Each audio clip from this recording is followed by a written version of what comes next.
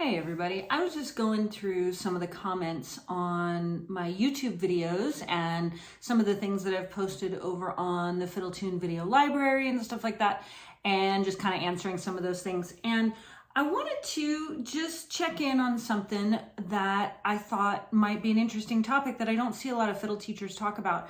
And that is whenever people ask if I have sheet music for such and such a video that I've done or whatever.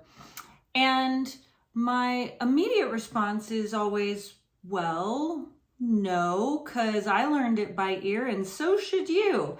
But I realize that that's, sort of intimidating or scary for some people, especially if you're coming from a classical background like often fiddle players are. And so I just wanted to say that if your first reaction when you see some video of a tune that you like or whatever is to think, ooh, I got to find the music for that, I want to challenge you today to stop and kind of think, or maybe I'll see if today's the day that I just kind of buckle down and take it phrase by phrase and see if I can learn this thing by ear. And you don't even have to learn it by ear. You're often looking at a video, and YouTube, you can slow those things down. You can take them down to 50% and it doesn't change the pitch. And that's what I do when I'm learning tunes.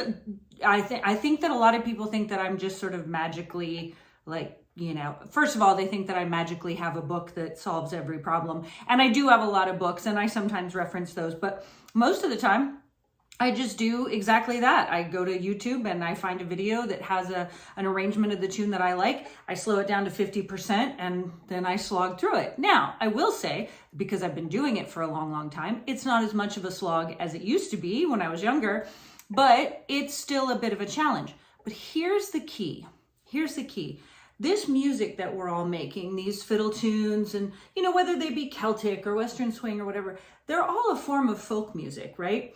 So the key is to understand that folk music is, at its heart, an oral tradition, right? It's passed down from person to person by ear, sitting knee to knee with someone, which is one of the reasons that, we have camps or jam sessions or things where people can learn things.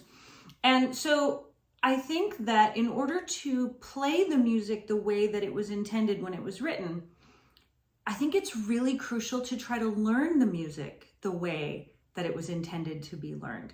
And again, I got books, we all use them, but I think that if you can learn to use books as sort of a backup, or just, once you're comfortable learning by ear, you might want to just check on a phrase or, maybe see if the chords are written in or whatever, totally cool. And again, these are just my thoughts. If you're reading music and you're happy, I want you to be happy. That's number one. If you're making music and that's how you're doing it, go for it.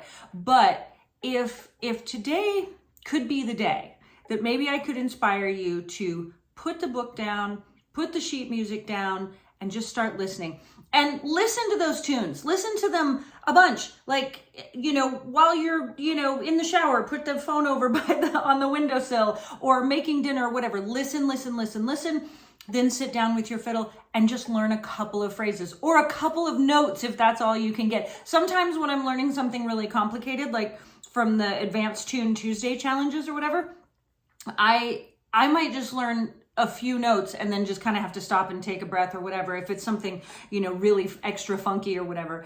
But I just want you to know that I am rooting for you. I am here for you. And so before you comment on a fiddle player's thing and say, hey, do you have the sheet music for that? Think to yourself, or is today the day?